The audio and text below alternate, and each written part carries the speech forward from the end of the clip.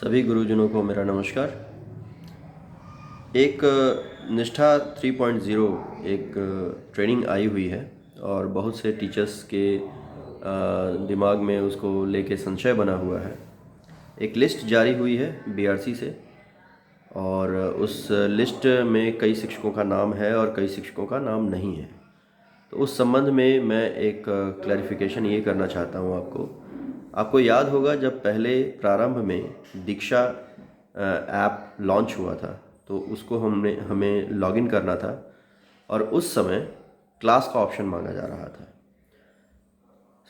जानकारी के अभाव में हम लोगों ने जिस क्लास में हम पढ़ाते थे उसी क्लास को चूज़ कर लिया था, मतलब 1 to 5th या 6 to 8।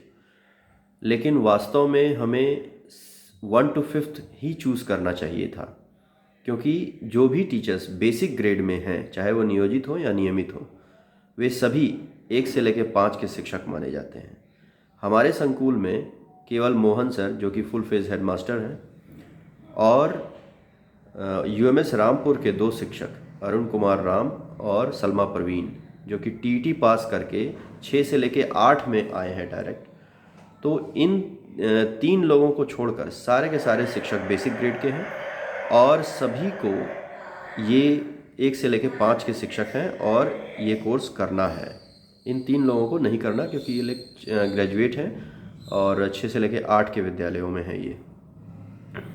अब प्रश्न यह उठता है कि जो लिस्ट जारी हुई है, आप 1 से लेके 5 के शिक्षक हैं, प्रारंभिक शिक्षक हैं, और उसमें नहीं है नाम आपका, तो क्या करना है या नहीं करना है कोर्स?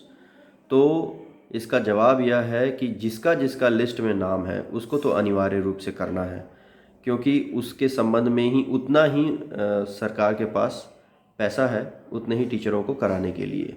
तो हो सकता है कि भविष्य में, जैसे अभी पिछली बार एक पेन ड्राइव मिला था या फिर पैसा मिला था निष्ठा का कोर्स करने के लिए, तो इसके लिए भी पैसा मिले। लेकिन मेरा मानना यह है, या मैंने बीआरसी से भी पता किया है, कि जिन लोगों का लिस्ट में नाम नहीं भी है, उन लोगों का इसलिए नहीं है क्योंकि उन्होंने खुद गलती किया है। दीक्षा आईडी को लॉगिन करने में 6 से लेकर 8 का विद्यालय भर दिया है, इसलिए उनका लिस्ट में नाम नहीं है। जिन लोगों ने 1 से लेकर 5 का भरा है उसका लिस्ट में नाम है। तो गलती खुद ही किया है, इसलिए उनको भी करना चाहिए। यह कोर्स कर सकते हैं। अगर लिस्ट में नाम नहीं है तो भी दीक्षा आईडी पर जाके ये कोर्स किया जा सकता है। आप कर लीजिए, ज़्यादा अच्छा है आपके लिए। वरना हो सकता है कि भविष्य में यह आपसे पूछा जाएगा कि आपने किन परिस्थितियों में 1 से लेकर 5 के शिक्षक होते हुए भी 6 से लेकर 8 में दीक्षा आईडी में आपने क्लास डाला, तो इसमें फिर आपकी जवाबदेही हो जाएगी। तो इसलिए लिस्ट में नाम है, नहीं है। लिस्ट में नाम है तो बिल्कुल करना है। उन लोगों को हो सकता है कि भविष्य में 400-500 की राशि भी मिले। लेकिन अगर पैसा इम्पोर्टेंस नहीं है, ये ट्रेनिंग इम्पोर्टेंट है। अगर आप 1 से लेकर 5 के शिक्षक हैं, बेसिक ग्रेड के शिक्षक हैं, तो आपको यह कोर्स करना चाहिए। नहीं तो भविष्य में हो सकता है कि आप पर जवाबदेही हो जाएगी। अच्छा, कुछ लोग ये कह रहे हैं कि ऐसा लिस्ट फिर बाद में भी निकलेगा, तो इस पर अभी संशय बना हुआ है। ऐसा कोई ज़रूरी नहीं है। अभी मैंने पता किया है बीआरसी से, बीआरसी को भी इसके संबंध में कोई पूर्व सूचना नहीं है कि बाद में एक और लिस्ट निकलेगा जिसमें छूटे हुए शिक्षकों का नाम रहेगा। तो फाइनली हम ये कह सकते हैं कि यह कोर्स सभी को कर लेना चाहिए।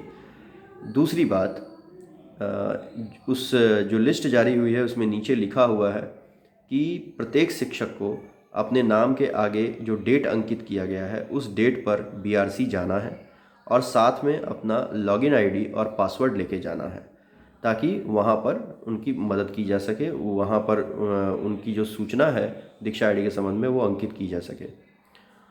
तो इसके लिए मैं यह समझ रहा हूँ कि ज़्यादातर टीचरों को अपना लॉगिन आईडी और पासवर्ड नहीं मालूम होगा। तो इसके लिए एक मैं दूसरा वीडियो में डाल रहा हूँ, उसमें मैं बताऊँगा ये कि आपके मोबाइल में जितने भी ऐप्स हैं उनका लॉगिन आईडी और पासवर्ड हम कैसे पता करें। तो उसको देखकर आप यह समझ सकते हैं कि दीक्षा आईडी का लॉगिन आईडी और पासवर्ड हम कैसे निकालेंगे, और वो नोट कर लीजिएगा, वही लेके जाइएगा वहाँ पर और आपकी समस्या का समाधान हो जाएगा। चलिए, धन्यवाद।